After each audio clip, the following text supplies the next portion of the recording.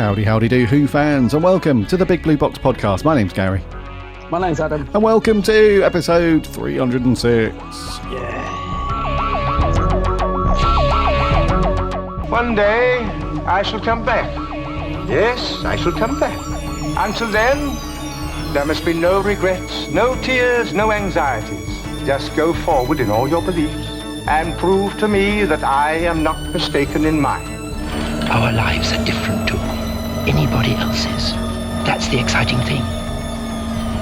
Nobody in the universe can do what we're doing. I've reversed the polarity of the neutron flow, so the TARDIS should be free of the force field now. You may be a doctor, but I'm the doctor. The definite article, you might say. The trouble with time travel is, one never seems to find the time. Change, my dear, and it seems not a moment too soon. Unlimited rice pudding, etc., etc. I am the doctor! For now, for this moment, I am the doctor again. The ground beneath our feet is spinning at 1,000 miles an hour.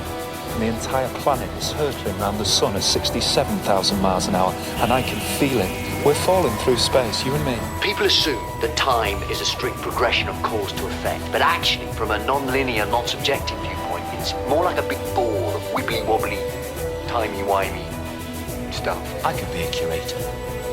I'd be great at curating. I'd be the great curator. I could retire and do that. I'm the doctor. I've lived for over 2,000 years, and not all of them were good. I've made many mistakes, and it's about time that I did something about that. Bit of adrenaline, dash of outrage, and a hint of panic knitted my brain back together. I know exactly who I am. I'm the Doctor. Sorting out fair play throughout the universe.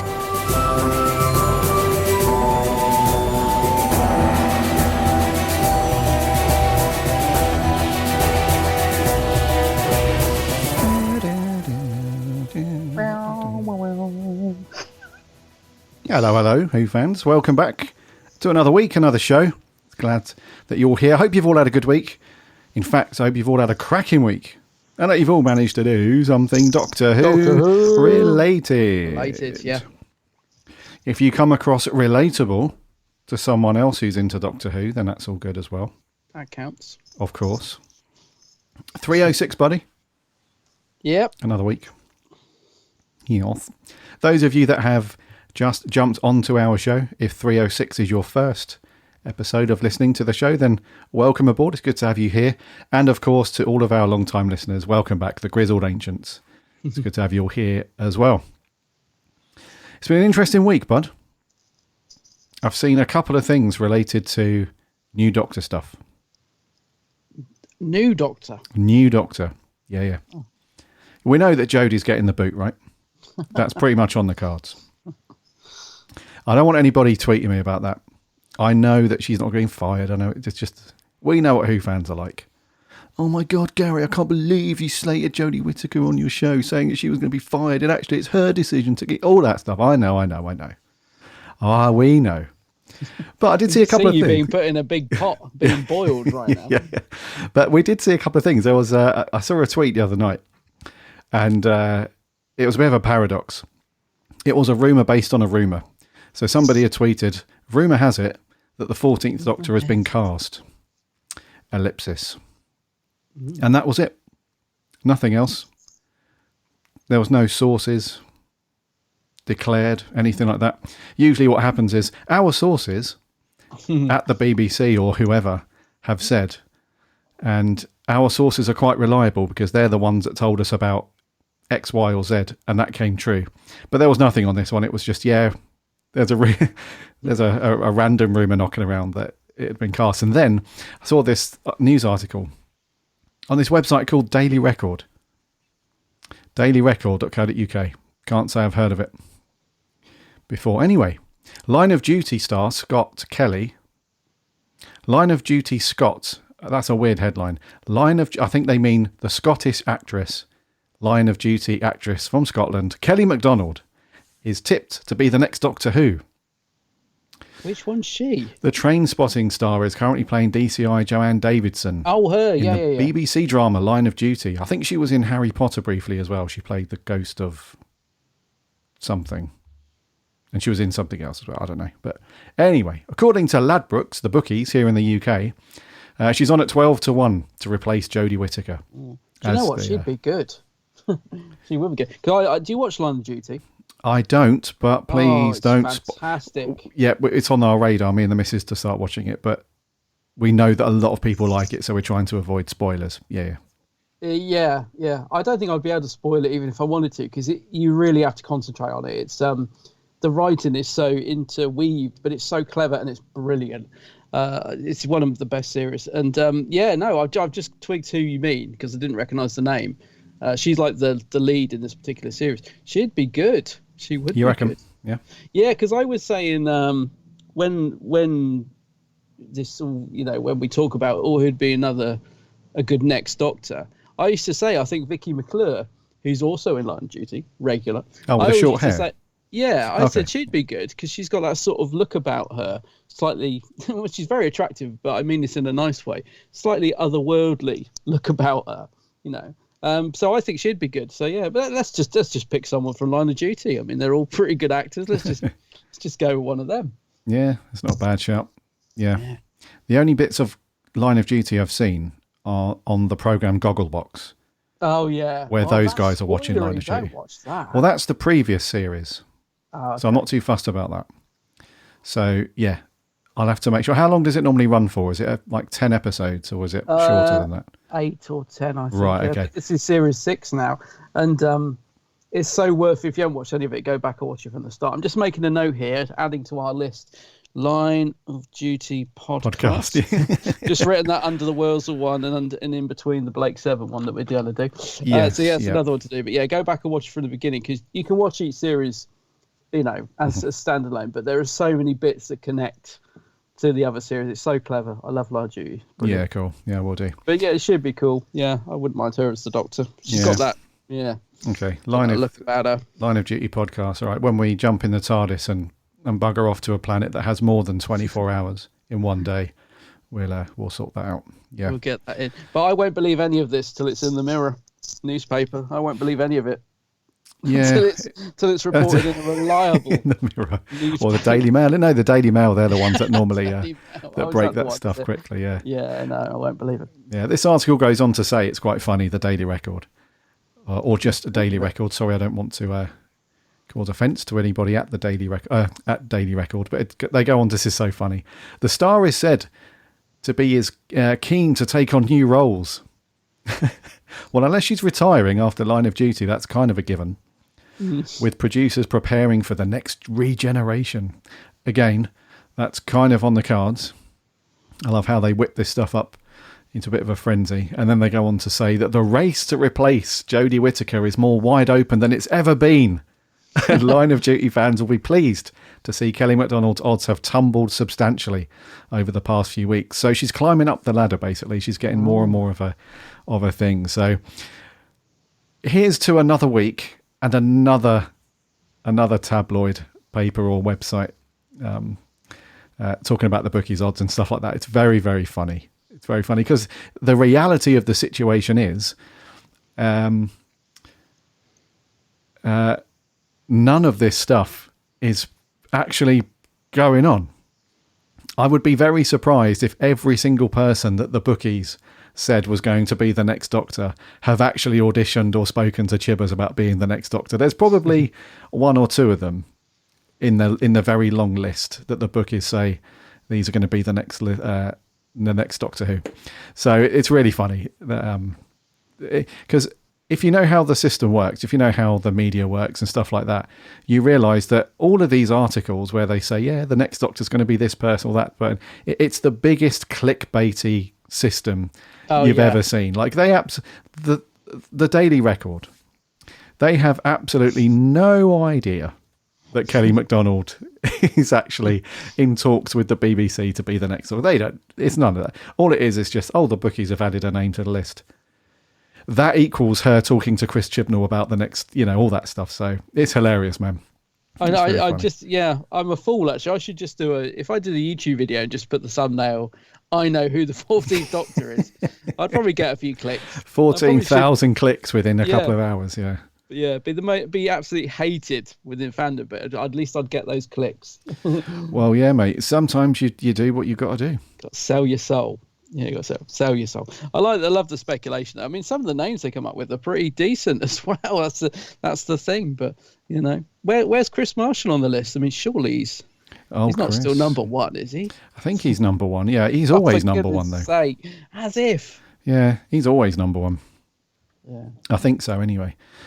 Actually, that reminds me. In next month's Doctor Who magazine, they say coming next month. I think it's going to be the nearly Doctor, or the man who was nearly the Doctor. I'm thinking, who's that? It's just a shadowy, outlined face. You can't tell who it is. So who was nearly the Doctor? Obviously from the classic era, I assume. But anyway, they've got an interview with him, whoever it is. I think that was. I do remember a guy, and I can't think of his name. Yes. I thought he was dead. No, but I might be thinking of the wrong person. Yeah. No. Yeah, well, that's just a publicly known nearly made it. There's probably loads of actors that thought they were going to be the Doctor after talking to Steve Moffat or Chris Chibnall. Yeah, because actually, I think now I think about it, didn't Capaldi initially turn down the Doctor years ago? He was going to be the 8th Doctor, wasn't he? He auditioned or was going to audition for it or something. I remember him saying, but he didn't at the time. Just thought, no, I love Doctor Who. I don't think I should, get involved in it. And then he was offered it again, obviously many years later, and thought, I'm not turning this down again, sort of thing, or not turning down the chance, I should say. Yeah. Yeah, I think didn't he say that? Remember when Doctor Who was good, and we had that show where I think it was Zoe Ball. They did this whole live announcement of the new Doctor live on BBC. When people watched it, and and he came out, didn't he, to much fanfare, and he grabbed his lapels. Yeah, and they sat down. They had that little talk and stuff like that. And I think that was when he's actually said that he could have been the Doctor years ago, but didn't do it. Yeah. What a time, eh, Capaldi? What a time to be alive. Yeah. That was when the BBC had a bit of money as well throwing at the show. Remember, they did that whole big live announcement show. And because they thought that the whole world watched BBC and was interested. And then when the show was going forward and going through it, they paid to take them all around the world, and they did all these live shows and all that stuff. That was, dear. I tell you, the one I loved was Matt Smith's announcement. Do you remember that? That was wicked. I remember it though. I remember. Yeah, because that's right. You were just... Yeah, because that was cool, because when they finally, I think it was about half hour long, it's a really big build up to it. And then they announced him, and I was like, oh, I don't know who he is. And I just, sort of search out who this actor was. And I remember the only thing that I could find him in at the time was a sort of gritty police drama on BBC Two. And I remember watching it and thinking, oh, yeah, he could be good. But it was a bit violent, so I only watched one episode. They started pulling someone's teeth out, and I'm like, right, I'm not watching any more of this. But obviously Matt went on to be one of my favourite Doctors. But, yeah, it was a real shock when they finally unveiled this young face on the screen. Like, who's that? that first promo pic for Matt was really good as well. Oh, by the steaming TARDIS. It was in like a dark alleyway, and you just saw the TARDIS in the background. And he didn't have his costume on at that point. He just had a very dark blue suit on, I think. And it looked awesome. Like, the look on his face was like, yeah, this guy means business. Yeah, I remember that. It was awesome. I've seen a few pics floating around over the years. The different costumes that Matt tried before they sort of settled with the tweed and bow tie. And they were going to go with like long coat and all that sort of thing, and very dark themes and stuff. But it's quite interesting. I mean, the thing is, Matt, he kind of suited all of them, actually. I think anything, but the tweed and bow tie was kind of, at the time, was just, I don't know, it was cool. Bow ties to go. It was though, wasn't it? It just totally suited his Doctor. It did, yeah. And he's a bit of a clothes horse as well. You could throw anything on Matt. And he's one of those guys, isn't he? Yeah. But I'm glad they settled on what they did though, because it does look very cool. Yeah, they changed it up a bit over the years, didn't they? They gave him a long coat and that sort of thing, which is also cool. Yeah, which I quite liked. Yeah. So yeah, a few comments I threw there, very tongue-in-cheek again. Please don't tweet me. I'm not being overly negative. It's just a laugh. It's just tongue-in-cheek. Just a laugh.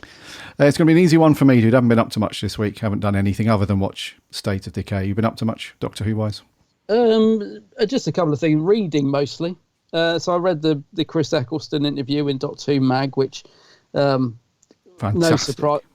It was fantastic. No, it wasn't that fantastic, actually. I mean, it's kind of what I expected.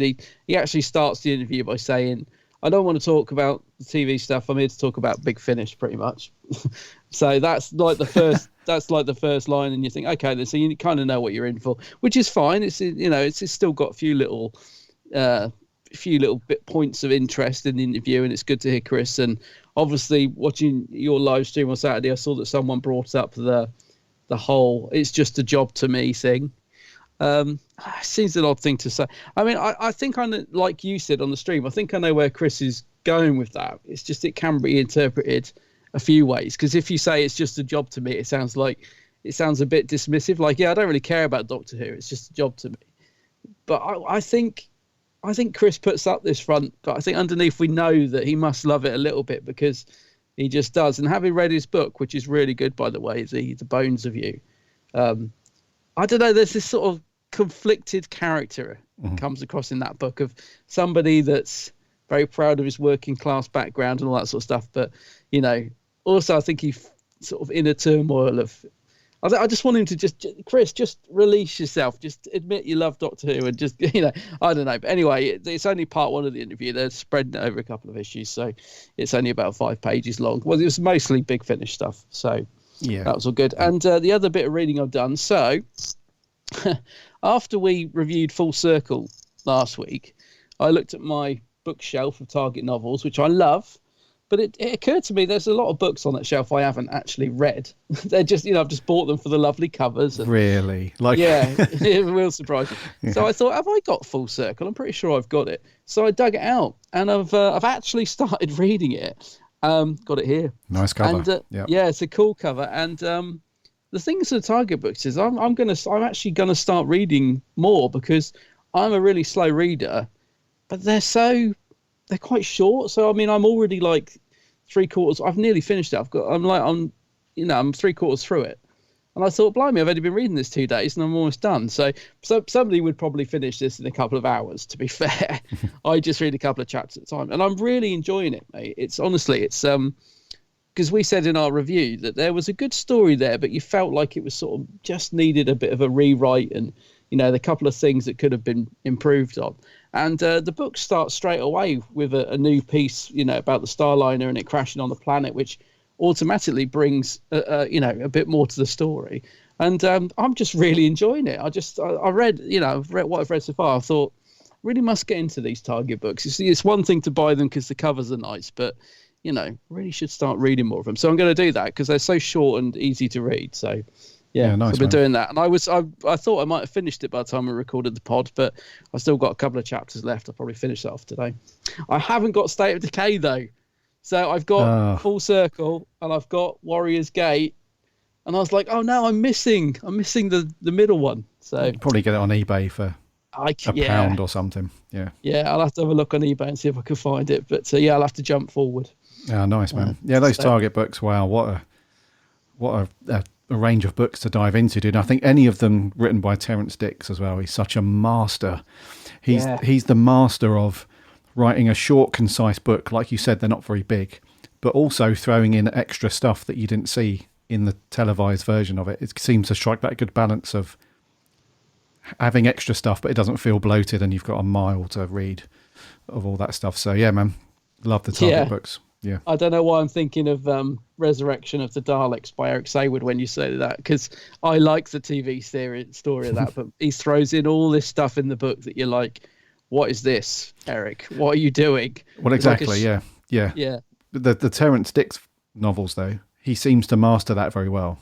Yeah. He gives you little nuggets here and there, and you think, oh, that's why they did that in the TV series, because of it. Yeah. It just explains it a bit more in the book, in Full Circle, just all the sort of manuals and the forbidden knowledge and all that. It just comes across a lot clearer in the book, so far anyway. Yeah. So that's it. That's what I've been doing, just reading my books. I haven't listened to any Big Finish or anything this month, so yeah, that's been me. Nice. Yeah, I haven't done anything, dude. It's been a busy week for me, so yeah, just State of Decay. Sure. Blood. Alrighty, before we crack on with our review, remember to subscribe to our show. I'm not going to use the word subscribe anymore. Follow our show. What's wrong with subscribe? Well, Apple Podcasts are ditching the subscribe, and they're replacing it with follow, because subscribe insinuates a payment of some sort, apparently. So, oh mate, the world's gone bad. Remember to follow our show on whatever listen for free on whatever podcast app you listen to your podcasts on. We'd love to have you as a follower. That way you won't miss a show when it lands every single Friday. Also, check out the website, bigblueboxpodcast.co.uk. You can listen to all of our shows over there as well. And also check out our awesome reviews and articles from our writing team as well. We had a cracker of an article that went out by Maria this week. It was an appreciation piece about Tegan. Yes. And that was a really good read, that one. So go and check that out. And then we have our previous reviews that Mark and Jordan have done as well. So go and check that out. It's all on the website. We're on the socials too, Instagram, Twitter and Facebook. Do a search for us over there, or there are links on the website. And we have a free Discord server as well. Go to the website, hit the link. It takes 30 seconds to register.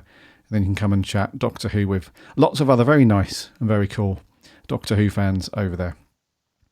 We also have a YouTube channel now, so check out the live streams. Currently, they're happening on a Saturday morning here in the UK. Grab a cup of tea or a cup of coffee and come and just hang out. Nothing too heavy. Just chat whatever you want about Doctor Who there. So again, there's a link on the website. Go and subscribe to the YouTube channel. And talking of YouTube, remember to go and check out Adam's channel, which is The Geek's Handbag. Yes, go and subscribe. Immediately. I say subscribe, not follow. I think follow sounds stalkerish, almost dictatorial. Oh, so mate, go and subscribe. Yeah, lots of chat around that in the podcast industry. It's a bit of a big old change. So yeah, bit of a mind melt of that one. But anyway, go and check out Adam's channel on YouTube, and he's on the socials too under the same name, The Geek's Handbag. So go and do that. Okay, bud, what we got this week? Yeah, so this week's second part of the E-Space Trilogy, State of Decay. Swift vessels that fired a mighty bolt of steel that transfixed the monsters through the heart. For only if his heart be utterly destroyed will the vampire die. Your presence is unauthorized. Explain. I'm a stowaway. I thought I'd join up with the Doctor and see the universe. There are vampire legends on almost every inhabited planet. Any Time Lord who comes upon this enemy of our people and of all living things shall use all his efforts to destroy him, even at the cost of his own life. Girl is a Time Lord, one of the ancient enemies of the Great One. She is to be held for sacrifice. The girl is a Time Lord. Give me the blood. State of Decay, our second entry into the E-Space Trilogy stuff. It was first broadcast back on the 22nd of November of 1980 and finished on the 13th of December. It's a four-parter. It was written by Terence Dix, directed by Peter Moffat, and stars Tom Baker, Lila Ward, and John Leeson as the voice of K9. And now the stowaway has joined the crew, Matthew Waterhouse as Adric. And the synopsis for this one is: still trapped in E-Space, the Doctor's TARDIS materialises on a medieval planet. The townsfolk live in fear of the three who rule. They govern from their mighty castle. Investigating, the Doctor discovers that the three who rule are ancient astronauts who became vampires long ago, and their castle is actually their spaceship. When Romana and Adric are kidnapped, the Doctor must ally himself with a band of renegade peasants to stop the resurrection of one of Gallifrey's greatest enemies, the Vampire King himself. Oh, could be gender neutral, so I'm going to say the Vampire King itself. Who knows? Who knows? So, State of Decay, dude. What do you got? Yeah, so State of Decay. This is often, I think people often cite this as their favourite of the E-Space Trilogy, don't they? They say this is the best one. And in my mind, I always think this is the one I don't gravitate towards as much. I think the last time I watched this, I found it a bit boring. I remember thinking it was a bit ploddy. I watched it again. Watched it 2 episodes at a time, split it in half. And I get why people like it now. I think I think maybe I've just sort of not really watched it properly before, because I really enjoyed it. I mean, there's not a lot of action in it. There's some very sort of talky scenes. It's almost theatrical as well, isn't it? Like with the two vampires, the way they move and talk, it's sort of a bit theatrical. But no, overall I really enjoyed this one. I thought it had a good sort of atmosphere to it. It's a strange story as well, I think, but in a good way. Like this whole thing with vampires and this big vampire, what's he called, the Ancient One or whatever it is, the great vampire underneath the planet and all that. I don't know, it all kind of by the time it finished, I thought it was a decent watch. I did enjoy it. So I it's definitely gone up in my opinion. I don't know why I didn't particularly think it was that good before, but yeah, I thought it was good. I thought all the cast were really good in it. A bit like Full Circle though, as much as I enjoyed watching it, it doesn't reach the heights of sort of what I'd call an absolute belter or a classic. It just seems, like you've often said, to sort of be stuck in that one gear. And I think the thing that sort of makes it so enjoyable is the cast. It just, I don't know, like Full Circle, it's just missing something I can't quite put my finger on that makes it an absolute classic, if you know what I mean. Right. But yeah, no, overall I enjoyed it. I thought it was a good second part. I like the fact that Adric, I was expecting him to just, because I couldn't remember what happened. I thought he just walked out the TARDIS doors and immediately to see the Doctor and Romana. So I was quite surprised that he gets sort of taken in a different direction. And I don't think they actually meet up again till episode 3. They don't even know he's stowed aboard the TARDIS. So I liked that. I like the fact that he's separated from them for a good part of the story, and they're totally unaware that he's even part of the TARDIS team. So that was cool. You can sort of tell it's Matthew's. I think he must have recorded this first. I'm pretty sure they say in the commentary that this was the one he recorded first, because there's a great commentary on this with director Peter Moffat, Terrence Dicks, and Matthew Waterhouse. And I think is Terrence on there? Yeah, he is. Yeah.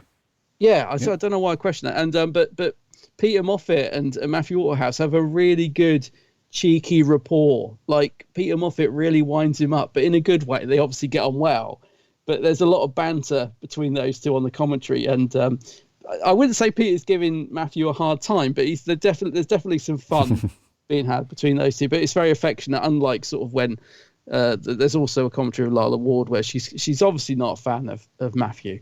She's quite harsh in her commentary, because there's two different commentaries for this story. But yes, no, I think you can tell it's his first one, because if you're, as an actor, you're just told to walk from one side of the TARDIS to the other, you'd think that's pretty easy because you're just walking. But suddenly you're sort of acting walking. And he does this weird little sort of strut across the TARDIS. And you can just sort of tell that it's his first day on set. Mm-hmm. And I think Peter Moffat points it out in the commentary. He's like, look at this little jaunt you do across the TARDIS, Matthew. And he's like, well, I know. And, so yeah. But anyway, getting back to this overall thoughts, I did think it was a decent watch. Just good. A bit like Full Circle, just good, right, but not amazing. Yeah. Okay.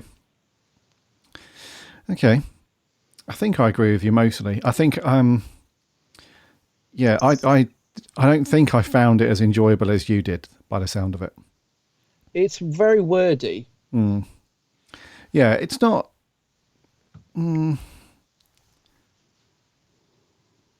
Yeah, this is very middle of the road for me. Mm. Yeah. And I think the reason I feel that way is because it doesn't really achieve what I feel it should have in terms of its creepy horror-esque storytelling. Mm. There was some sort of high drama, if you like, between Terrence Dicks and Stephen Moffat and Bidmead. Sorry, yeah. So when Bidmead, so I think actually when Terrence Dicks, was it Terrence Dicks that did the script eventually? Yeah. So when Terrence Dicks first turned in his script idea for this, I think Peter Moffat and John Nathan Turner were like, yeah, this is awesome. This has got a really nice gothic feel to it, almost like that Hammer style old school horror film to it. And then when Bidmead took over the script and adapted it and stuff, both of them were like, no, this is terrible. We've lost all of that nice gothic feel to it and all that stuff. So and then they went back to Terrence's version of it and stuff like that. So I get that there was some to-in and throw-in, but I think in that moment there, they should have really decided on, if we're going to do a gothic vampire story, then let's properly do one. Because the vampires just aren't... They don't really do anything. The only 2 times throughout the 4 parts where I felt this is a proper vampire story is where the Doctor's got that real scared look on his face and he's explaining to Romana about vampires in general. And he's got that, because as soon as he starts to join the dots, he realizes that the ultimate enemy, the top bad guy, is actually the King Vampire, who him and the other vampires waged war on the Time Lords, donkeys ago. And he knows the power of the King Vampire and stuff like that. So when he's talking to Romana, he's got that look of dread and fear in his face, and he's telling her about every civilization has a folklore about vampires, and he starts to, so all that was really cool. It was really scary. I was like, wow, this is quite creepy. And then the other bit was when what's his face, Orcon, Emrys James, he hams it up a little bit when he sends the bats out. That scene where he looks into the camera and they superimpose a bat flying in front of his face. And that's good. That was cool. And then the bats hunt down the Doctor and Romana and he gets bitten by one. I thought, wow, this is really cool. Like almost Bram Stoker style Dracula stuff.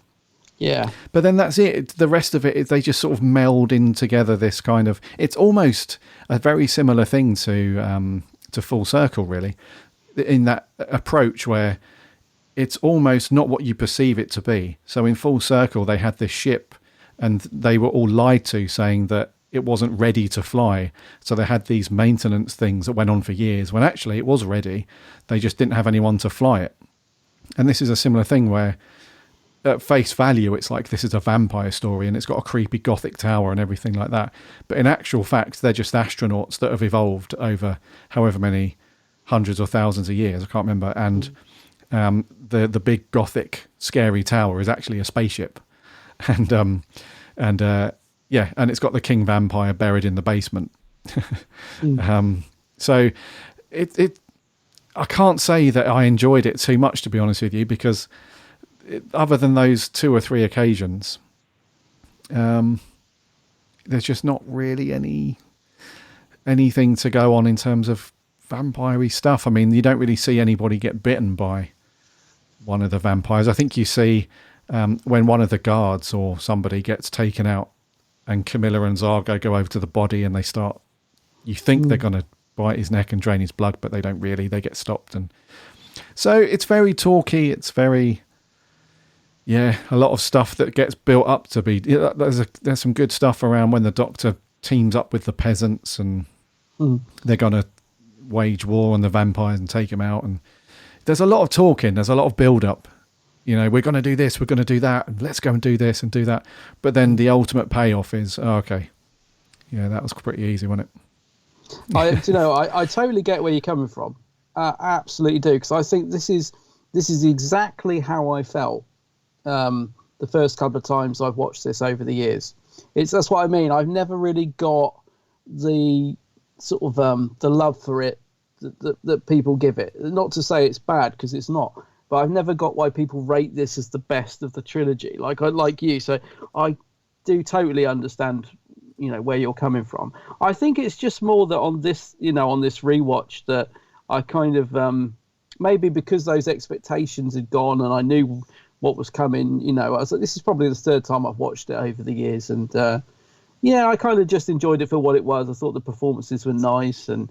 It's an interesting story, but no, I do agree with you as well. That's what I mean. It doesn't have that spark that makes me love it, or it's not a story that I'd sort of, gravitate towards particularly if I was going to put a Tom Baker story on. It's but it's one that I would happily sit and watch. And you talk about the evolution of the story as well, and it's quite interesting because I think it was written originally as a Fourth Doctor and Leela story, and was kind of thrown in, back in the day, whatever year that would have been, and thrown in the sort of maybe to-do list, kind of gathered dust over the years. And when they were looking for a script, I think JNT dusted it down and said, "Oh, this one wasn't too bad. We could, rework this." Bidmead, they get Peter Moffat involved. He wants to direct it.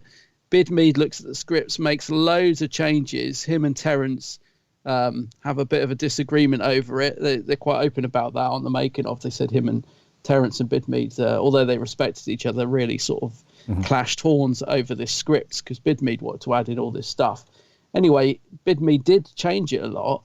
They give the script to Peter Moffat, the director, and he reads it and says, "Well, you've completely changed it. This is not what I agreed to direct. I wanted to do a really gothic, horror story," which is what you're saying. And so then JNT and Terence Dixon, he was amazed he did this, actually said, "Yeah, you're right, Peter. We'll go back to how it was, more to the original story. You're absolutely right." So they did change it back. But I think there were still bits tweaked by Bidmead and stuff. So it's not quite what it was. But I agree with you. I'd have loved to have seen more of the sort of horror side of this, because when you hear people describe it as like a Hammer horror influenced, you think of sort of, very sinister, and it's got this light touch to it, which I think takes away the horror. The vampires aren't scary at all, really. I think the only bit where I even felt any remote danger from them is the cliffhanger to episode 3. Right. Where they're sort of, it's kind of obvious, but they wake up, don't they? And Lala and turns around and she thinks she's going to get bitten. And there's sort of a moment there where you think, uh-oh, how are they going to get out of that? And then of course they do. But yeah, I agree with you on that point. I'd love to have seen just a little bit more of the gothic horror side of it rather than some of the ploddy scenes. I mean, it is very talky, and I think that's why I don't gravitate towards it as much as some of the others. So I totally get what you mean. I think I just enjoyed it more on this rewatch because I wasn't expecting anything else, really. No, I read you. Yeah. It's not the worst. It's not the worst. It's not even the worst Tom Baker story, in my opinion. I think it's a good story. It's just I can never seem to come away from it thinking that was a really good Fourth Doctor story. So, but anyway, there are some good stuff in there. Some good points and some good moments, though. I think Tom, that we still have this weird thing, don't we, with Tom and Lala? So it's famous, isn't it? This particular story with the behind the scenes fighting and all that stuff. I think this is the one where you could really see that Tom just wasn't in the mood for Romana in some scenes. It's one of those things that we've said a few times where I think they should be looking at each other a lot more and engaged a lot more with what they're and how they're talking. There's only a couple of scenes where there's a bit where they're in the throne room, I guess you could call it, and that's got the electronic panel down the side that they eventually go down. But when Romana's sitting up on the chair and stuff, and Tom's walking around and he's talking, she's got a nice big smile on her face, and you can tell that she's trying to be sort of enthralled by the Doctor in a way, because he's just this endless wealth of knowledge, it seems like, to her at this point. He's, knows everything, and she's quite taken with him. But from the other side, Tom, he's just not really paying it back to Lala, is he? He's not really looking at her too much. And rumour has it that very recently, before they started filming this, Tom Baker had tried to rekindle a bit of romance because, and she had pied him off. So he really wasn't in a good mood with her specifically. And then there was like other stuff going on, like even though they weren't really talking, both of them had the same dislike for Matthew Waterhouse because, he was like disrespectful a couple of times to some of the crew members, and we know the famous scene about telling Tom how to say a certain line and him being told to bleep off and all that. So I think the chemistry between them kind of that doesn't help either, because I think I'm sure that Lala Ward is really trying here there's quite a few scenes where she's quite smiley and she's trying to be engaged with him, but he's having none of it because he's got sour grapes. You know, in real life, she's turned him down, which is ironic because I think shortly after this, they did get back together and got engaged and everything. Marriage. Yeah, and all that. So it's kind of weird. It's like this weird interim period where she's not really having any of it, and Tom's like, yeah, but I really like you. And she's not having any of it. So I don't think that helps the situation, if I'm honest.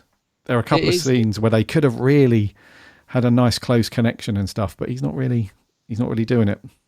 It's probably the most noticeable out of all the Toms we've watched recently.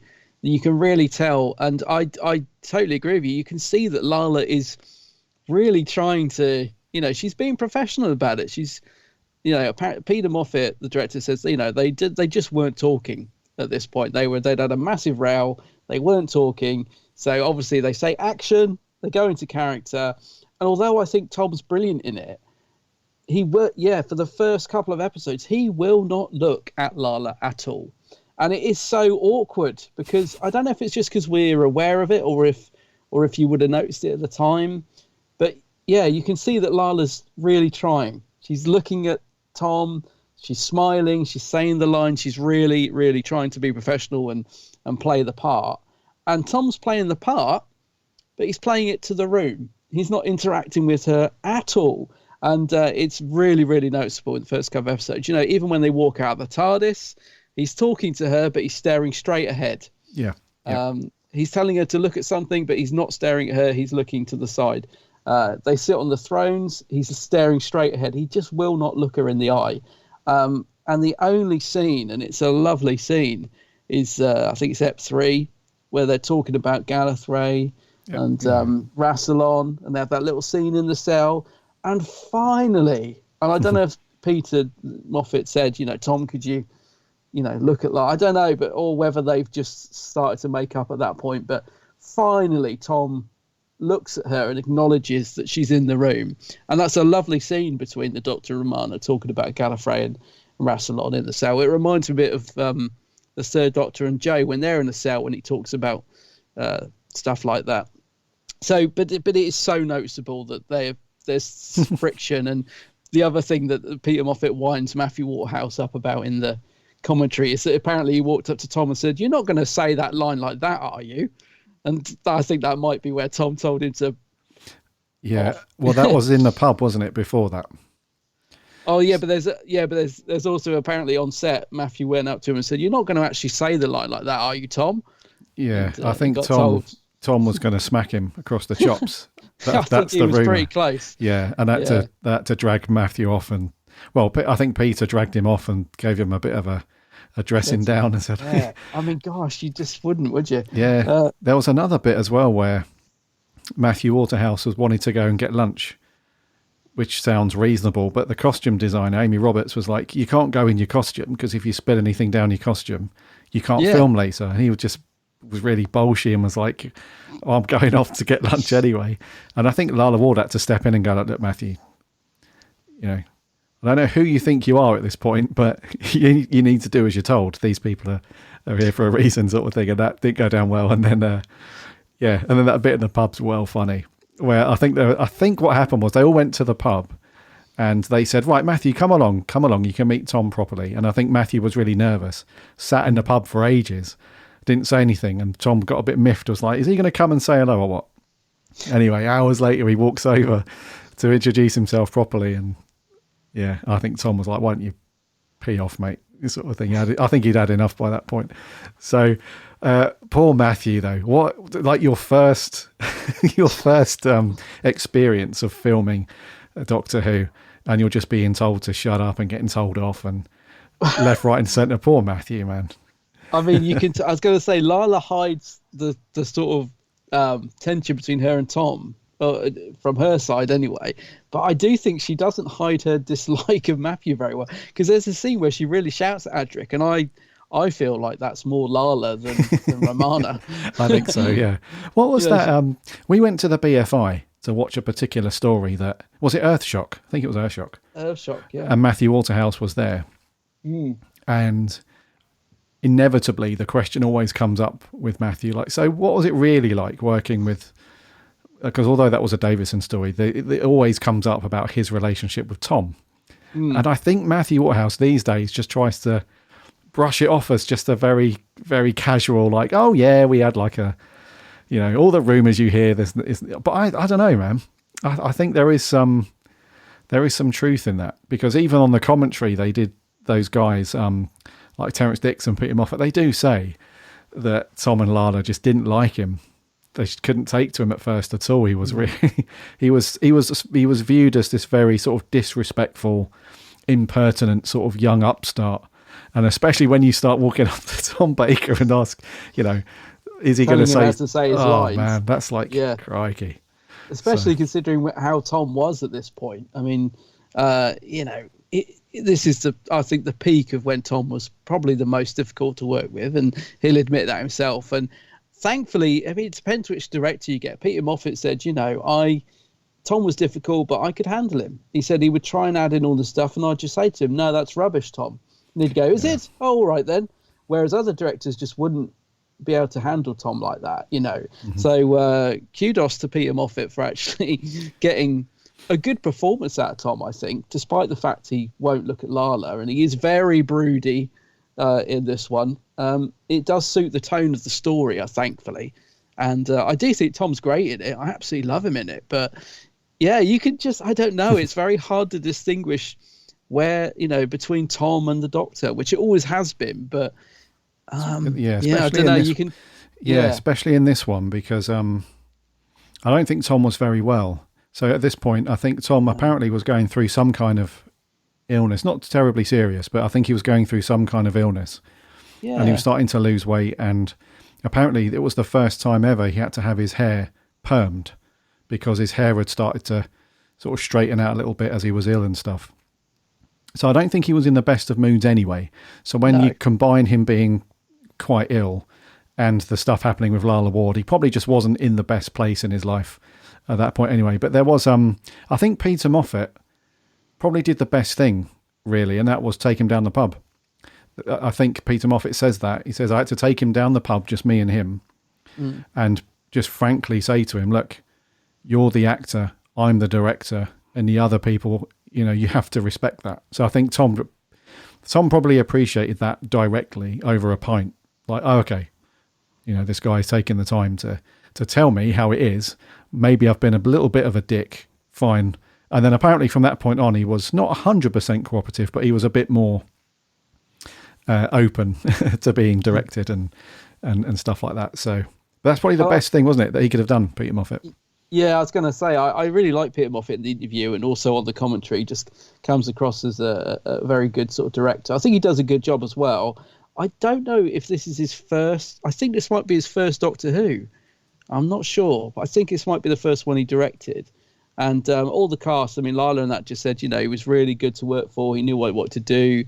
He was good at controlling the situations and got the best out of them. And I don't know, it must be difficult, because I guess when you're a director, it's a bit like first impressions, isn't it? If you go up to an actor and you don't click with them from the word go, you've had it, I think. I'm trying to think who would, over the years, I'm sure there were a couple of directors that just couldn't handle Tom at all. I can't think of their names, but there's definitely people that just could not deal with Tom and would just let him run riot. And then there were other directors like Peter Moffat that would stand their ground a bit more. And I think Dougie Camfield got on well with Tom. So there were directors that, could get the best out of the actors and work with them, but there were others that just couldn't deal with it.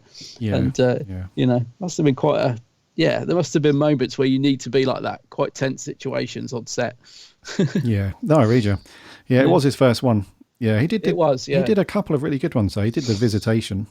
Oh, yeah. Which is good. The Five Doctors, obviously a belter. So he's done some good ones, but he's only done half a dozen, I think. Yeah.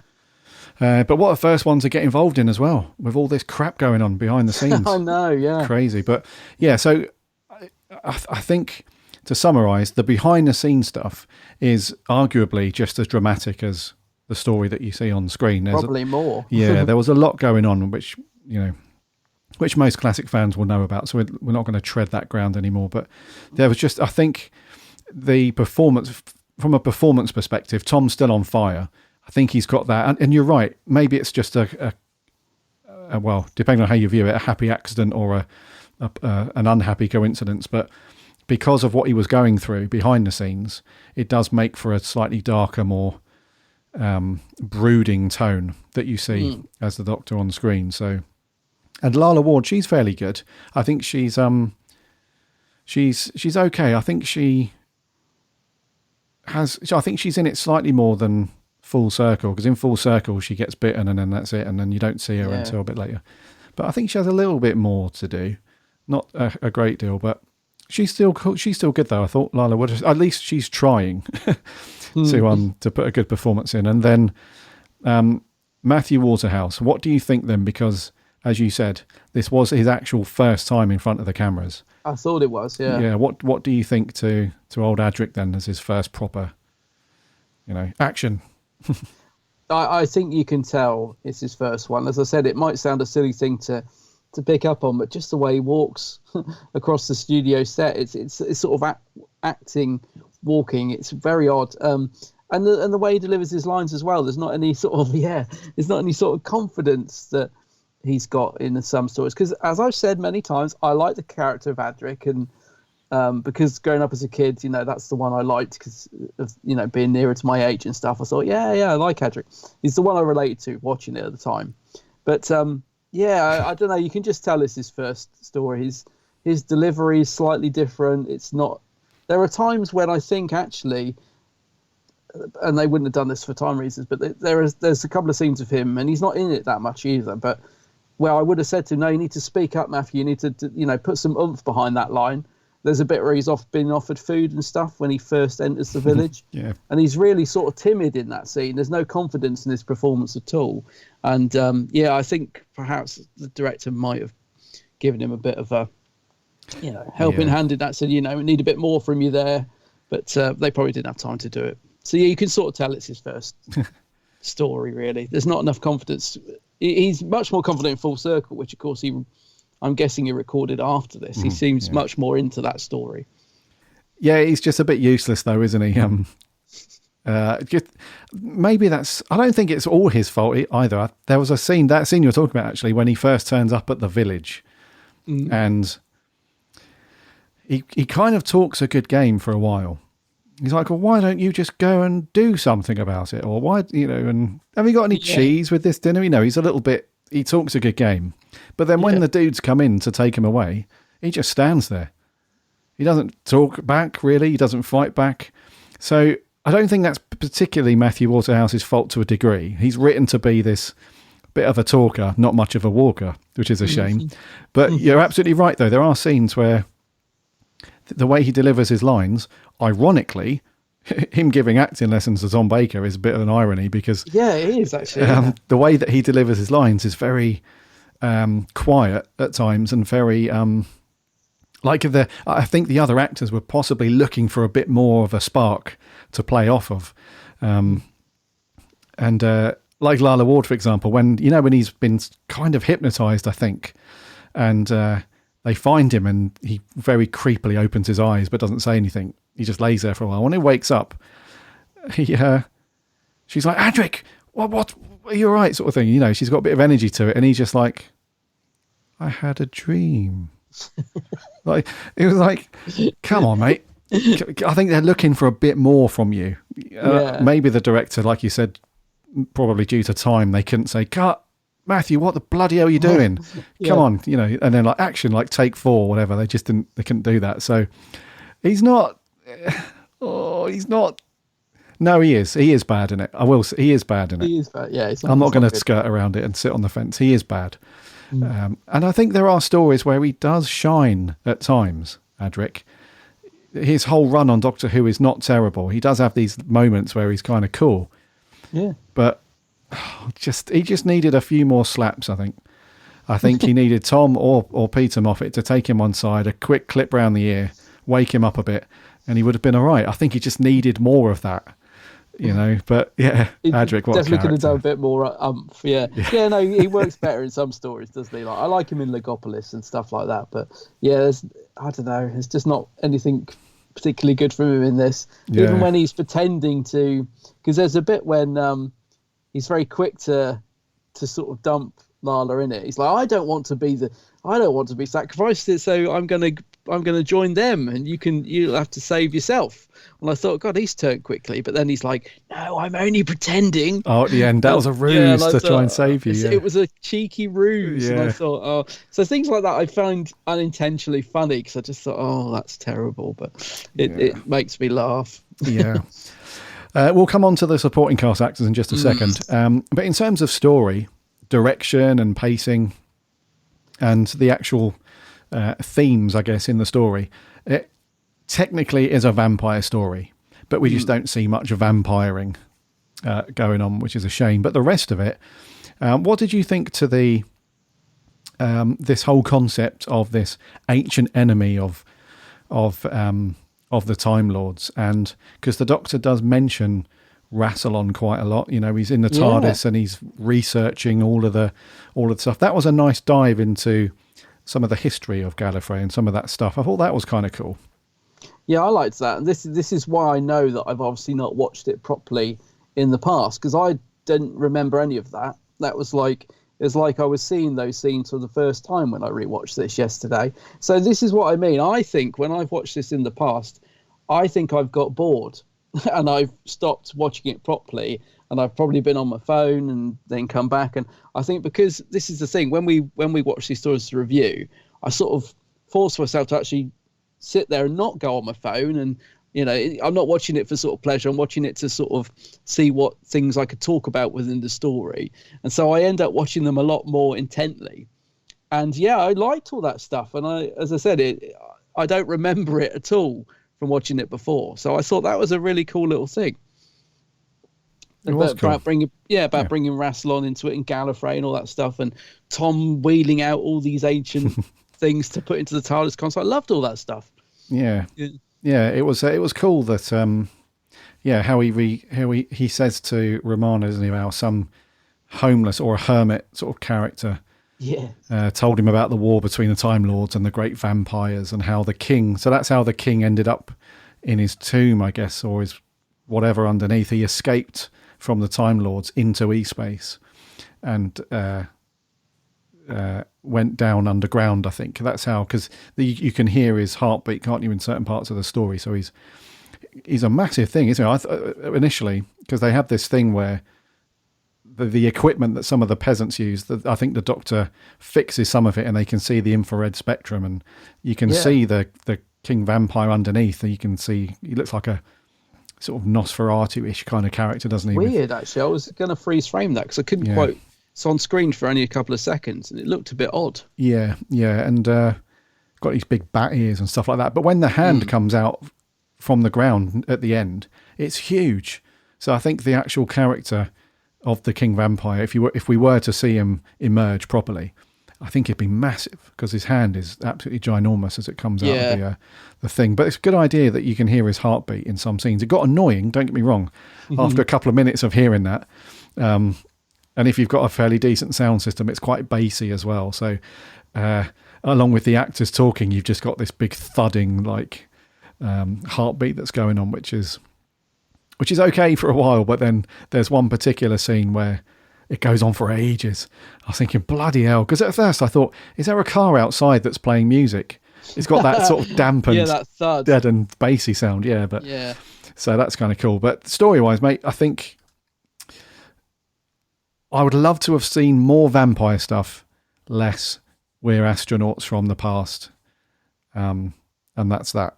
What did you think to how the story was directed and paced? Because I thought that episode 3 was a real sleeper episode for me. Gosh. Episode 3 definitely does slow down. It lives up to that episode 3 plodder. Definitely. I think that's where I've zoned out previously watching this, is episode 3. It's definitely the one where it sort of slows down a lot. Because as I said, it's not really an action story anyway. But yeah, Ep 3 is a bit dull in places. I was just going to say, actually, do you think we should have seen the ancient one? Because we do only see the hand and we get the scale of it. But do you think we should have seen it, or do you think it's better that it's left to our imagination? Taking, not because of the sort of budgetary thing, but if it had the budget, do you think it would have been cool to have seen Or do you think it's good that we just get this glimpse on a screen and see the hand? Because it feels a little bit anticlimactic to me when the Doctor's just like, yeah, that sorted him out and it's done. Yeah, I think... I think it was a bit anticlimactic, if I'm honest. I think you're right. Yeah. If we would have seen... If they would have scaled him down a little bit and just had an actor that was fairly tall, stunt actor that was fairly tall, and had him in a costume, that would have been quite cool. Yeah, because I'm thinking a bit like Azal in The Demons, when we see him rise up. You could have done something like that fairly easily, I would have said. I mean, it probably wasn't in the script. So, I'm guessing they just filmed what was in the script. I don't know. But I kind of wanted to see him because there's quite a big build-up to him. Like you said, all the way through, you've got the heartbeat and you're thinking, oh, the great one. It sounds so, so cool. But I kind of think we would have been good to have seen a bit more than his hand. But then I suppose then you'd have had to have seen the spaceship going into him. And I don't know, maybe it's just a bit too much to do on the budget. I don't know. Yeah. And I think the way that he was taken out as well is also a little bit thin. Yeah, I did think that. Because throughout the entire story, well, I think from episode 2-ish onwards, when Tom realises that the creature that they're talking about is this King Vampire, the Great One, and he's really scared. From that point onwards, the creature has been built up to be this really powerful, going to take over the universe.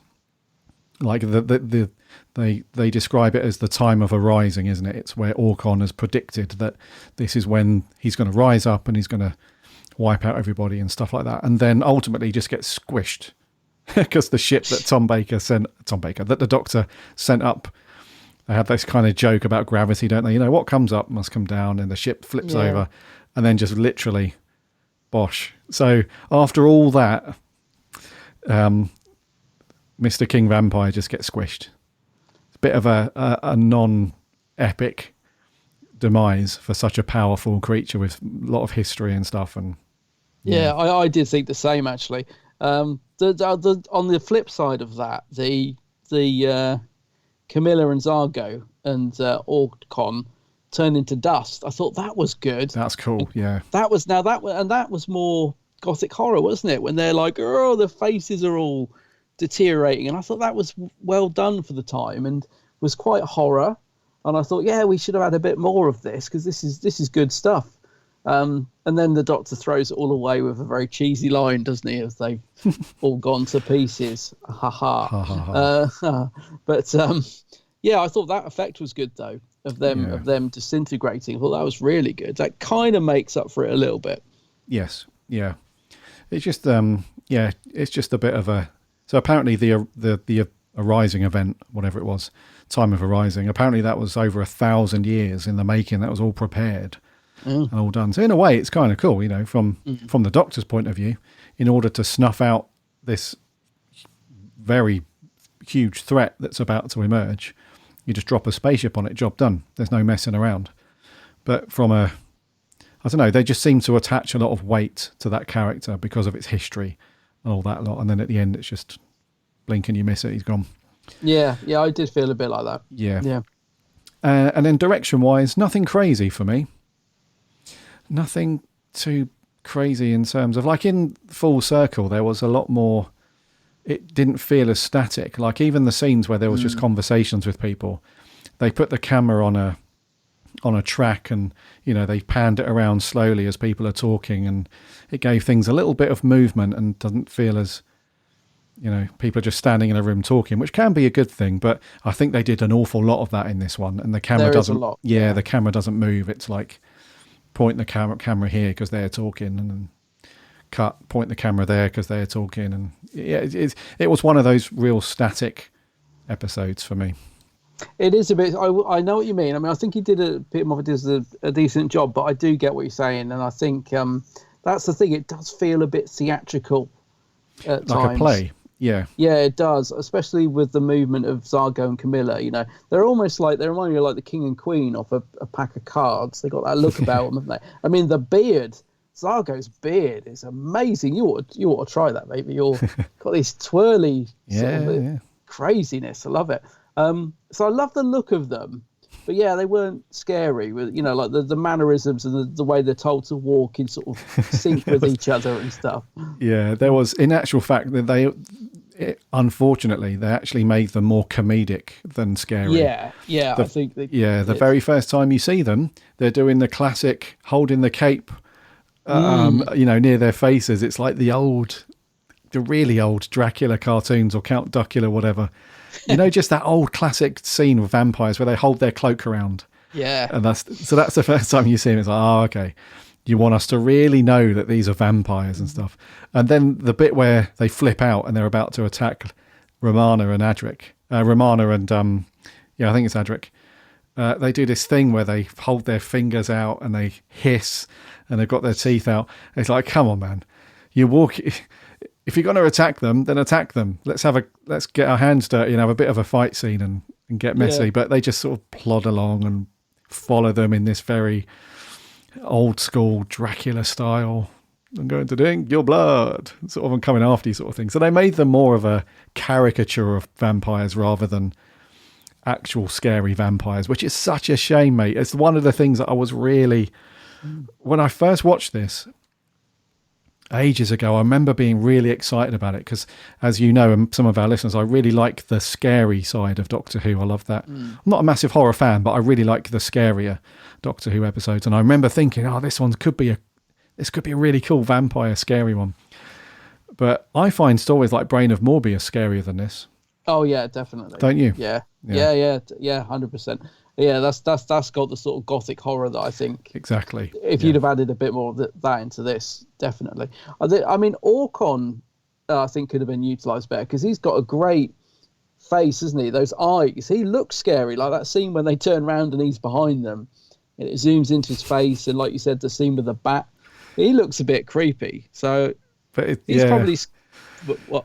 But it's let down by his performance, though. What, Orcon? Yeah. Oh, really? I thought he was quite good. Yeah.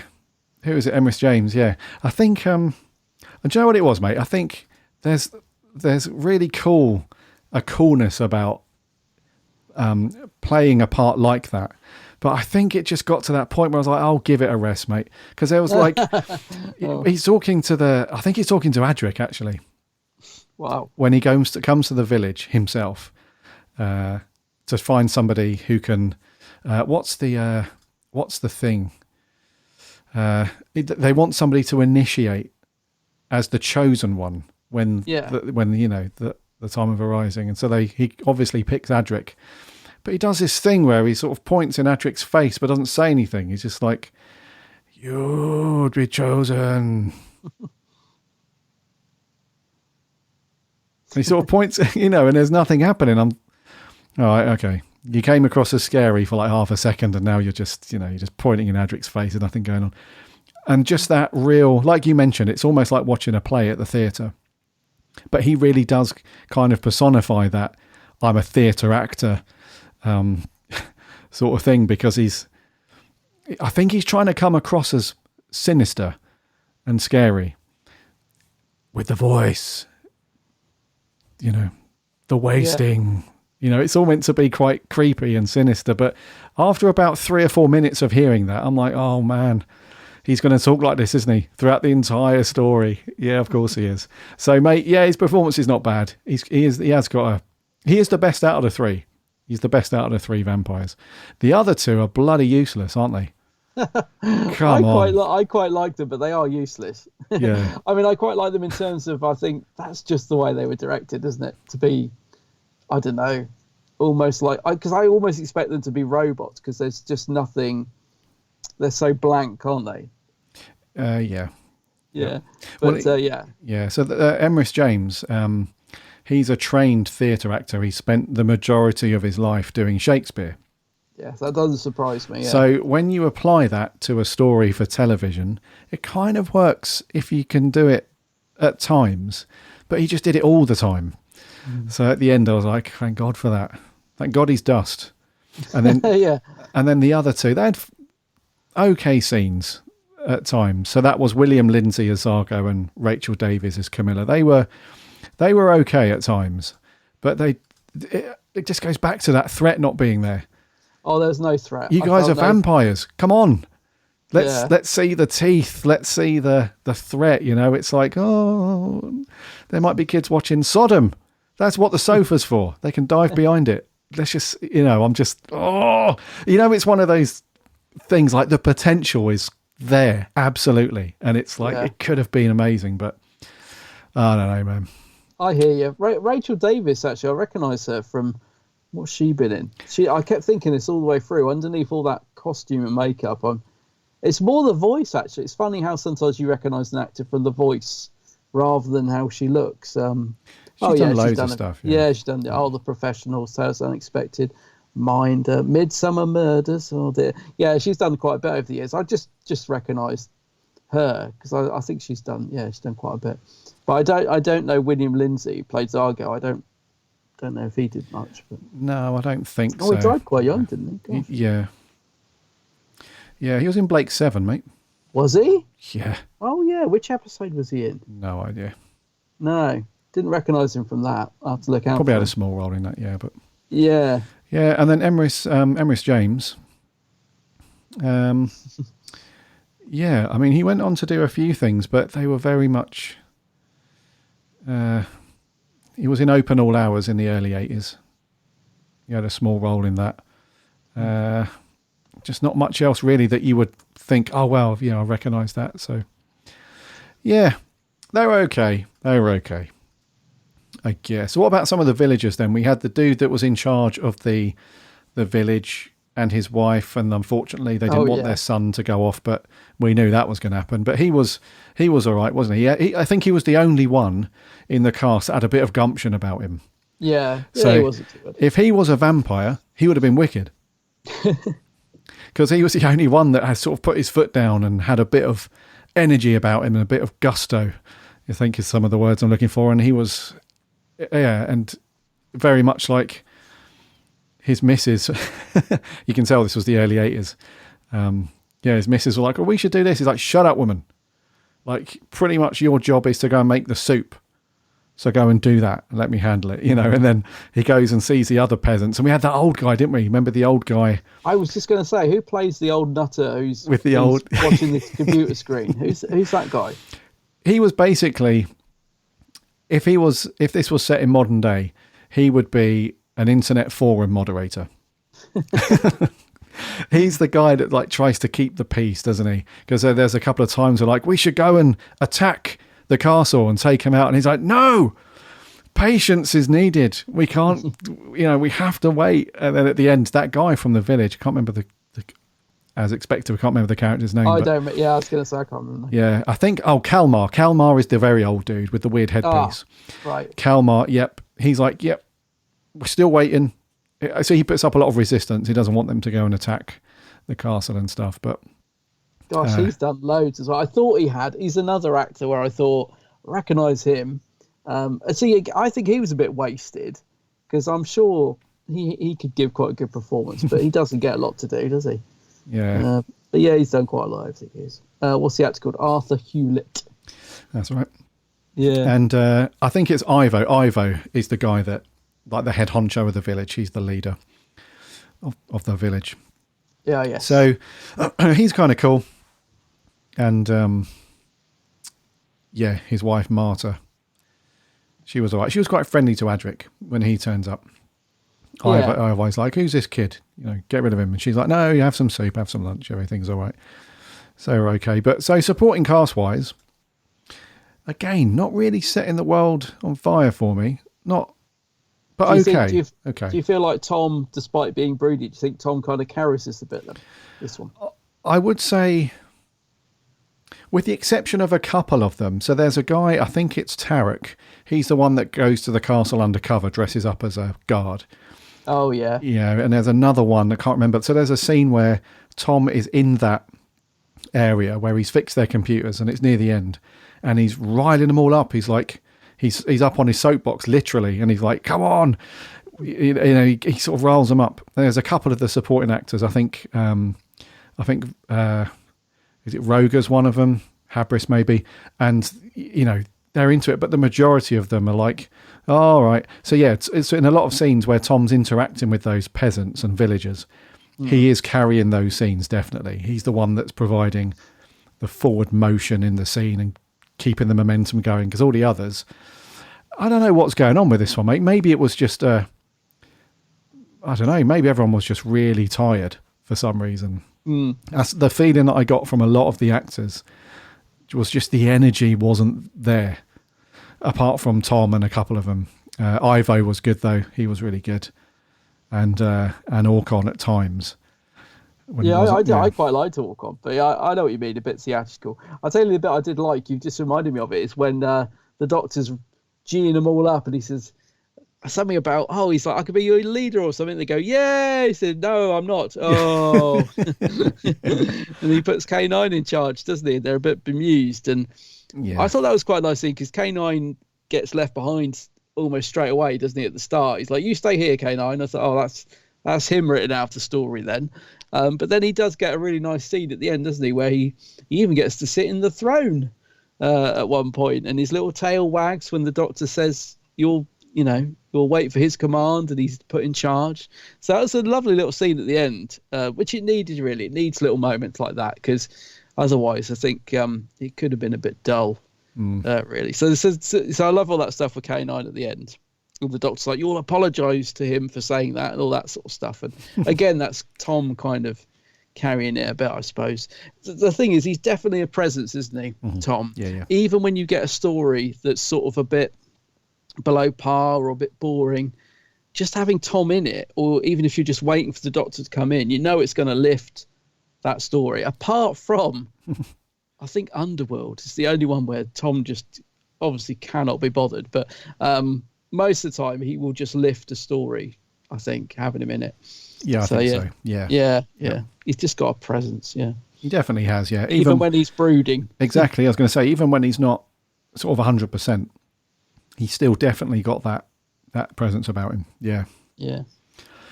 Music-wise, I quite like the music to this one. I did, yeah. Yeah. I think the kind of synthy, so Paddy Kingsland, even though he's being a little bit experimental with, he's not using classical instruments or anything, it's all very synthy, isn't it? It's got a couple of nice melodies here and there, and it's got some nice music. It wasn't terrible. I prefer this to Full Circle's music. It suited it more, didn't it? Because I was forced to wear headphones to watch this. My partner didn't want to hear it, if you can believe that. So I was forced to wear headphones, which I've never done before, or certainly I can't remember ever watching Doctor Who with headphones on. And it was great to hear that soundtrack through headphones, because it was really bassy, and they've done a great job remastering it and stuff. It really sounded good. And I thought it really suited the story, actually, Paddy Kingsland's score. Really liked it in this one. Because, in Full Circle, there was nice moments like K9's theme, but then after a while, it got a little bit like that, a bit repetitive. Whereas this one, I didn't feel like that. I felt like it really suited, the atmosphere and stuff. So, it's good. Agreed. Yeah. Yes. All right, dude. Anything else on your notes you want to bring up? I don't think so. No, just looking at my notes. No, no, I think good. I covered it. Yeah. Righto. I think it's me to go first. Go for it. I think I'm going to give this a 6.5. Okie dokie. I enjoyed it as much as Full Circle, so I'm going to go with the same score, 7.5. 7.5. Okay. Yeah, I wouldn't say it's any better or worse. I'd put it on par with it. I think it's enjoyable, but just I don't know, just lacking that oomph again. Yeah, actually, I'm going to change mine to a 6. Yeah. Initially, I put the 0.5 on there for Tom's performance, but I can't expect him to carry the entire thing because he's not in everything. So, I'm going to downgrade that to a 6. I think it's not quite 5 territory where it's middle of the road. I think it is slightly better than that, but I was disappointed. Mainly, it's a solid classic Doctor Who story, but I just think mainly it had a lot of potential and they flew right past it. I get you. Yeah. Okie dokie. So 7.5 from him and a 6 from me. What did our listeners think? We had a raft of audio reviews in as usual, so thank you very much, guys. We're going to kick off with Mr. Neil Campbell. What about you? So, State of Decay, I'm actually going to go as far to say that this is the strongest story in the E-Space Trilogy. And I really don't think that's a surprise considering Turnstix wrote it and we all know how good a writer he was.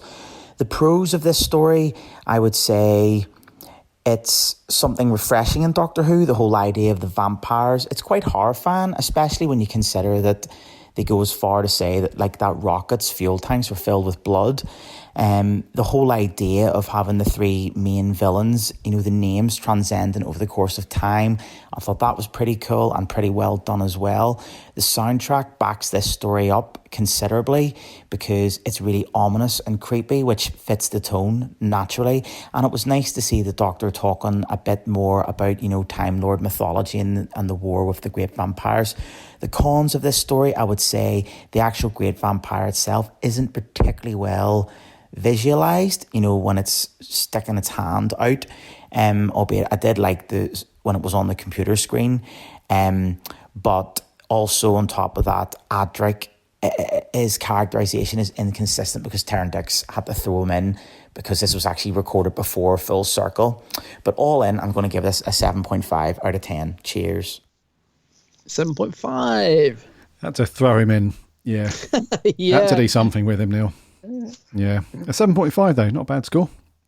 Yeah, nice one, dude. Thank you very much. Moving on, this is Mr. Seb Lane. Hello, Gary and Adam. So this week it's State of Decay. Now this is probably my favourite of the E-Space Trilogy and my favourite of the season 18 I'd say. On the whole, I'm not a massive fan of season 18, but this story is brilliant. I rewatched it for about the second time last summer, I'd say, and I was so surprised at how much I enjoyed this story. It's gothic, it's quite creepy, it's well paced. It's just everything that I look for in a Doctor Who story. I think Tom Baker was great, Lala was great. I don't remember Adric being in it too much, but maybe that was for the best, who knows. But yeah, overall just a really great story and one that I'd happily revisit, and hopefully I've got the Target novelisation too, so I'm going to give that a read at some point this year too. Thanks guys.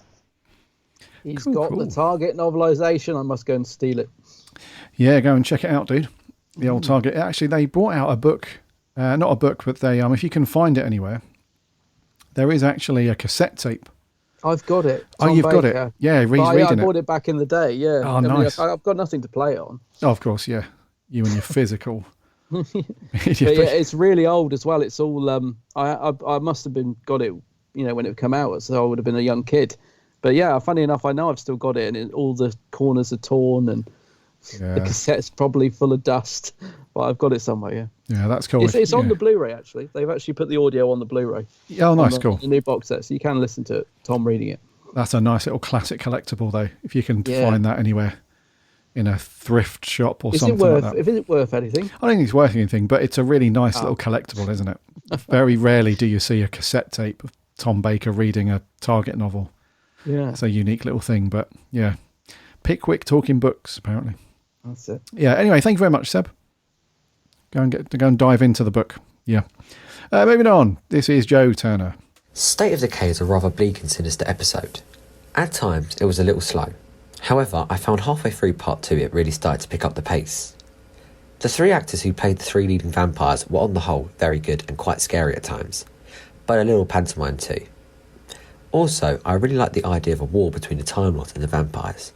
It was fantastic exposition, and it gave the story the elevation it needed. Also, what kept me intrigued was the twists, especially the one that actually these vampires were not descendants, but in fact the actual crew that started out in E-Space. Tom was very good in this episode, along with Romana. Adric was Adric.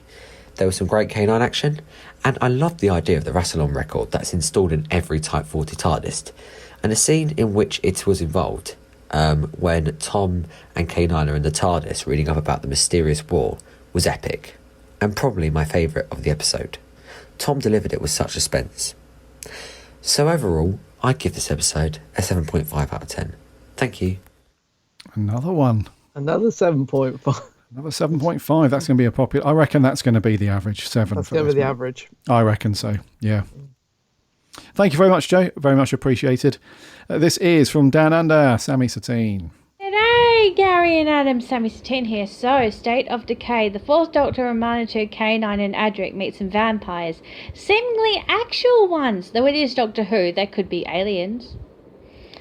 I find it interesting that these guys were around when Rassilon was young. I also find it convenient that the emergency records of Rassilon happen to be kept in a Type 40 TARDIS. I like it. It's a good story, not a classic, but the late great man we owe a huge debt to, Terrence Dicks, did a great job. The scientists with their technology, which doesn't work quite until the Doctor comes along, reminds me of a similar concept used in Utopia. Also, I'm certain that information printed on a receipt thing is something 11 does in Vincent and the Doctor. I give it 8 vampires out of 10. See ya. You're right, Sammy. A little bit convenient that the information for Rassilon stuff is in the Type 40 TARDIS, which the Doctor just happens to be custodian of at the time. Yeah. Okay, what score did Sammy give? 8. An 8, right. Vampires, yeah. 8 vampires, that was it, yeah. Cool. Thank you very much, Sammy. This is our old mate, Adam Amoon. Hello, Big Blue Boxers. Adam here. Hope you've had a cracking Easter and that you've been able to enjoy the brilliant sunny weather we've been having. It's warm, it's bright, it's Easter, it's spring. It's great, isn't it? And I could be talking about that all day, but I know you guys are viewing State of Decay on the podcast, and I thought I would chime in with my views of State of Decay. It's a great story. It's brilliantly written by Terrence Dicks. The sci-fi and gothic vampire trappings complement each other rather than feeling like two separate entities in themselves. And I think that is brilliantly done. And Terrence is a master, so he absolutely has it down. The cast are great as well. Tom Baker and Lila Ward in particular share some nice wholesome moments. The psst, you are wonderful. Like moments like that, and when Tom Baker's recounting the sort of the legends of the vampires, it's terrific. I really like it. And when you see the 3 vampires, the 3 who rule, I bet you guys are thinking, that's a Comic-Con thing, but you need a third member, as you're just Gary and Adam, and I will happily chime in. We're the 3 who rule. My score for the story is 8 out of 10. Thank you, guys. Enjoy the show. See, now that's some of the sort of energy that we needed from Matthew Waterhouse. There you go. Exactly. That's what we needed, a bit of that. You should have been on set, mate. Yeah. Your lifetime. Imagine Ad going up to Matthew. Come on! It's Easter! Come on! Easter, come on! The sun's out. Come on. An 8 out of 10 from Ad. And yeah, it's a bit of a Comic-Con style thing. Who hasn't cosplayed yet as the 3 who rule? Come on. Exactly. Thank you very much, dude. Moving on. You'd have to walk around doing that funny dance and stuff they do, wouldn't you? Yeah. Oh, the funny salute thingy. Yeah. The movements. You could do the cape. Oh, it'd be great. We've got 3 more. Next up, TARDIS Net 66. Let's do it. State of Decay is great and probably the overall highlight of Season 18. Terrence Dicks truly was a great writer. I absolutely love the gothic horror atmosphere and creepy aesthetic. The design of the Hydrax and the sets looks very atmospheric and medieval. I like how it ties into this larger storyline with the ancient tales of Rassilon and the Time Lords in the ancient times, and the reputation of these vampires gives them stakes, and we have some very villainous and entertaining performances. I also love seeing K9 playing an active role in the plot, who is a lot of fun to watch. I think although inconsistently written, I do enjoy Adric in this story, showing more conflict with Romana and showing a more selfish and naive side of the character. My main problems will be how underwhelming the ending of the story is and the lack of characterisation for the rebels. But I'll give it an 8 out of 10. An 8 at the end there. Another 8. Yes. Yeah, not really feeling Adric, I feel. No. It's hard, isn't it? Yeah. You make some good points, though. I think that's a common theme, dude, with this one. Yes. Yeah. Thank you very much, TARDISnet. Penultimate review. This is Mr. Simon Hodgson. Hi, Gary and Adam. Hope you're both well. So, my review is State of Decay. The story was one of the first that I remember seeing when it went out back in, 1980, I think it was.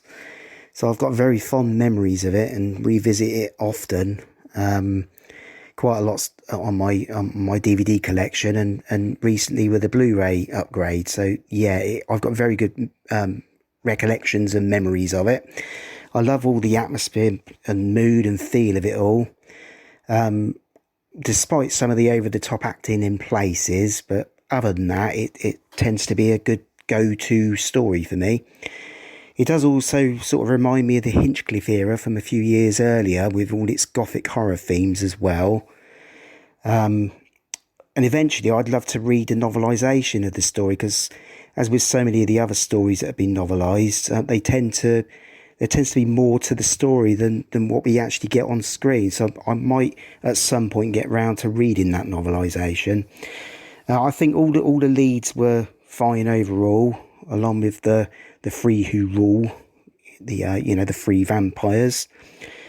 And because it's a very sentimental vote for me, I'll give it an 8.5 out of 10 in what is undoubtedly my favourite of the 18th series. Thanks very much, and speak to you next time. Simon, some nostalgia goggles on there. Yeah, I love it when people tell us the first story they watched. It's great, isn't it? Yeah. Yeah. It's a nice little nostalgic trip for Simon. And what was it, an 8.5, I think? Yes. Yeah, nice. Talking of the book, by the way, State of Decay, the Target novel. This is really interesting. I just did a quick eBay search for it. Oh, don't tell me it's expensive. Well, no, it's very cheap. Oh, good. You can get it for about £4 ish from a lot of sellers. But interestingly enough, the audio cassette that we spoke of, that I said if you managed to get one, that would be a cool collectible. There's absolutely millions of them for sale on eBay. 50p. Ranging from about £5. The most expensive one I've seen is £19. Damn, I thought I was hoping I'd have a real collector's item on my hands there. Yep. There you go. So if you've got a cassette player, anybody, then I would recommend picking this up as well as the Target book, just for the crack. Right, yeah. Yep. There we go. Anyway, thank you very much, Simon. Last one. This is Martin Arnold. State of Decay. I watched this thinking it would be a documentary about Chris Chibnall's handling of Doctor Who, but instead it was a documentary about some friends of mine who were treated most unfairly. Oh well. Oh, I'm sorry about that. That happens to me sometimes, usually on full moons. State of Decay is another story with not much of a plot. It's kind of silly, but it is kind of interesting when they shove in the technology and you're like, what? That guy's got a walkie-talkie.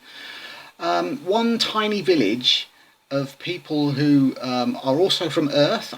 That I didn't get. Anyway, it doesn't make an awful lot of sense. The old man playing on his ZX Spectrum for 1,000 years, probably finally completing Jet Set Willy, a reference nobody will ever get.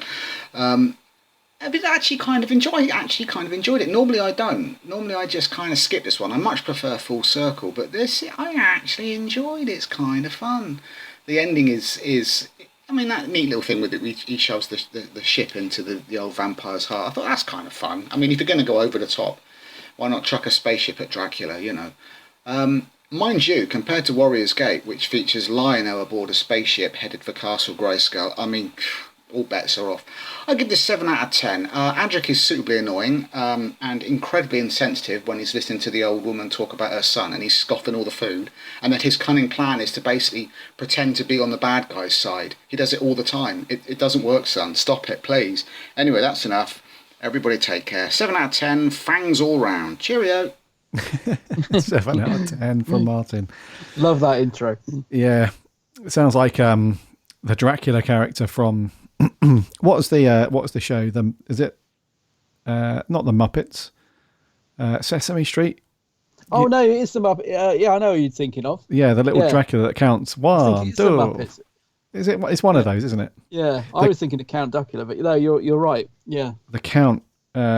What's that from? It's going to annoy me. Sesame Street. Yeah. Oh, is it? I thought it was the Muppets. Yeah. Count Von Count from the Muppet. Sesame Street, is it? Yeah. Oh, not Fraggle Rock. Yeah. Television show Sesame Street. Yeah, he's meant to. Yeah. He's obviously. I love to play on words. You can't beat an old classic. The Count who counts. Oh. Nice. But thank you very much, Martin. Also, Martin not feeling Adric, a bit inconsistent. Yeah. Scoffing his face. Adric, that is, not Martin. Scoffing, yeah. Jet Set Willy, classic game as well. Classic. I'll read you. Right, anyway, that's our audio reviews. So we had quite a few there, so thank you very much, guys, for taking your time out of your day to do that. That was awesome. On to some of the socials then. Over on Twitter, Johnny J says, I quite enjoy this story. Very rarely see the fourth Doctor scared, which is true. Yeah, quite unique. A 7 out of 10. Chippy T, I like this one. Hammer horror light, but in a good way. Tom on top form, and Adric not overly annoying. The bar is set low, in brackets. Good cliffhangers too. I even enjoyed the use of the rocket as a gigantic steak. Orcon, very threatening. 7.5 pointy teeth from me. Titan Sci-Fi. Tom says, fun vampire story with a great ending. 8.5. Edward Gillooly, I very much enjoy this one. It feels like a throwback to the Hinchcliffe era, which was when it was written. Orcon is a great villain, and it's clever how the name of the villains altered over time. 8.5 vampire bats out of 10. Some decent scores so far. Yeah. Our writer Jordan, best of the trilogy. The vampires are a little OTT to say the least, but it's a last great homage to the brilliant Hammer genre. Despite some of the tension behind the scenes, Tom and Lala proved to be a great team yet again. A good vampire romp. Doctor Who Home. Always felt this story sticks out like a sore thumb in season 18. Not that it's bad, it just lacks the freshness of Bidmead's Doctor Who. The great vampires are a great addition to the lore, and in any other season I'd probably like it a little bit more. 7 out of 10 though. Okay, fair enough. The Lost on Gallifrey podcast. Great villains, great atmosphere, fun performances, and a few shoddy effects. This may be the most classic Who there is. Love the backstory for the Time Lords versus vampires too. Easy, enjoyable watch. Another 8 out of 10. Cool. Sarah Louise, the running Whovian. This takes me right back to my childhood. Creepy villain vampires giving just a touch of pantomime performance. Historical setting with hidden technology. The TARDIS team getting trapped as they try and help others, of course. The Doctor creating a solution to save the day. An 8.5. Ooh. And lastly on Twitter, Mr. Dan Pin says, feels like a throwback to an earlier 4th Doctor season, which is not a bad thing, as this is my favourite story from this season. Despite the backstage bickering, Tom and Lala are brilliant together. Love the Time Lord mythology, subtly weaved into the story as well. Here's to you, Uncle Terence. An 8 out of 10. Another 8. Okay. Another 8. Some decent scores there. And over on Facebook, we had Charlie Turner saying, some say this is their favourite of the E-Space Trilogy. Not mine from what I can remember, although the concept too is pretty cool. And why haven't we seen the Doctor tackle the concept of vampires other than this story and the Vampires of Venice? It's a good idea for a story if done right. 6 out of 10 for me. Okay. There was a really good Big Finish vampire story with Tom Baker. Oh, yeah, I remember you liked that one. Yeah, it was really cool. It was written really well. It was like a classic old... It was actually a real good Gothic setting, actually. Very much of Dracula-style Nosferatu story. What was that called? It was one of the early ones in the 4th Doctor range, wasn't it? Yeah, it was called... I'll find it and come back to you, but yeah, it was very cool. But that's a good one if you can dig that out. Onwards on Facebook... Aaron Moody, short and sweet, space vampires in a spaceship castle. What's not to love? David Morgan, one of the best. Excellent characters and acting, very engaging story. Andrew Stewart, so far I'm really loving State of Decay. I think the late, great Terence Dicks gives a fantastically eerie script, which the music represents. I really love the TARDIS design. Unfortunately, unlike the last story, you can tell Tom and Lala have had a massive row, as Tom doesn't even look at her. However, this is the only downside, and their performances are really good. Matthew Waterhouse is quite good in the scenes he's given. Overall, it's going to get a 9 from me. A 9? And a cheeky little affirmative, I'm assuming in K9's voice. A 9 out of 10, crikey, nice one. Kev Mullin, the best of the E-Space Trilogy as my favourite of the season. The Gothic atmosphere is brilliant, and there are some genuinely frightening scenes, such as when the three who rule start to age before turning to dust. Talking of atmosphere, the tension between Tom and Lala is obvious. A very solid 8 drops of blood out of 10. Okay. Joseph Howarth, easily the best of the E-Space Trilogy. This is very well written by Terence Dicks. The atmosphere is suitably gothic and dark for a story, and for a concept that has a castle being a spaceship sounds ridiculous on paper, but is executed rather well. The 3 main vampires are a bit over the top in acting, but I feel that's what the story needs than be a hindrance on the whole thing. It goes on to give it an 8 out of 10. And lastly, Mark Hugill. I think Mark messaged us on Facebook or Twitter about the pronunciation. So I think I'm saying this incorrectly again, so I'm sorry, Mark. Anyway, Mark says, an interesting concept with some nice Gothic touches and moody direction, making the most of darkness and shadows. The less said about the gloved, crusty hand of The Great Vampire, the better. Perfect incidental music, a masterful performance from Tom, back to form, wonderfully overacted by the three who rule, with some interesting choreographed moves by Camilla and Zargo in episode 4. Found Lala Ward to be haughty and Matthew Waterhouse just awful. 7.5 though. And that was it from Facebook. So thank you very much, guys, for all of your thoughts and reviews over on the socials. They're very entertaining. Thank you so much. Next week, dude, what we got? Next week, yeah, so the final part in this loose trilogy, Warrior's Gate, which is Lala's last episode, isn't it? So she's off. She's had enough of the Doctor and Tom Baker at this point. Yeah. She's off. She's a goner. Yeah. So it'd be interesting to watch that one, yeah. How many parts is that? It's not a 6-parter, is it? Have a guess.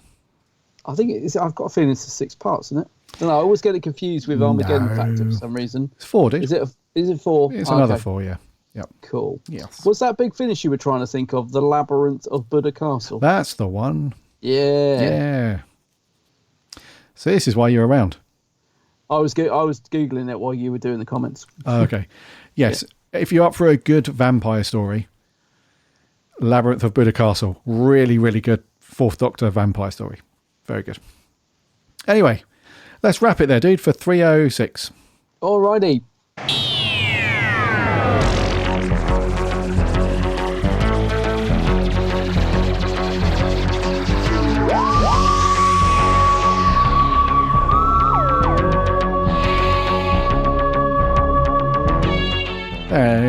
Thank you for coming back and listening to our show for another week. It's been great to have you all here, as always, as we've checked out some absolutely ridiculous news about the next Doctor and who the book is say are going to be taken over from Jodie Whittaker. And then it's been interesting, dude, to talk through State of Decay. Yeah. I was really hoping to like it more than what I did, but there we go. That's the nature of classic Who, especially, I guess. But I'm glad you enjoyed it, bud. And obviously our reviewers, I think the average score was about an 8 in the end. I was going to say, I enjoyed it, but I still don't get why it's so loved. I don't know. I still feel like I'm missing something from it, because, 8s and 8.5s, it's really likes this one, isn't it? Yeah. Yeah, cool. Which is good. And again, thank you very much to our reviewers who have sent in audio clips or have commented over on the socials. That's very cool. Thank you very much for doing that. Next week, as Adam said, we're going to close out the E-Space Trilogy. Not our Tom Baker month, but we're going to close out the E-Space stuff with Warrior's Gate, so get that watched, because we'll be asking for your thoughts and reviews as always. In the meantime, we would love to have you as a follower of the show on whatever podcast app you get your podcasts on. Listen for free anywhere. Just do a search for us. You'll find us on there. That way you won't miss a show when it lands every Friday. Also, check out the website, bigblueboxpodcast.co.uk. You can listen to all of our shows on there, and there are links off to all of those podcast apps as well. And you also have all of the cool reviews and articles, all of our cool stuff that the writing team put out. Dive into that, some really good reads over there. We are on the socials too, Instagram, Twitter and Facebook. Links on the website, or do a search for us. We chat Doctor Who throughout the week, so come and get involved there. We have a free Discord server, link is on the website. Come and register for free and hang out and chat Doctor Who over there. And we're on YouTube as well. Link on the website, come and subscribe. At the moment we're hanging out on a Saturday morning to talk Doctor Who. Let's go and do that. Also, check out my co-host channel over on YouTube. It is The Geek's Handbag. Geek's Handbag, yes. Go and have a look at my YouTube channel and hit, is it subscribe or follow? Subscribe on YouTube. Subscribe on YouTube, yes. Yep. Hit subscribe. Go and check out Adam's channel and all those videos there. And he's on the socials too, under the same name. Right, until next week. My name's Gary. My name's Adam. And remember,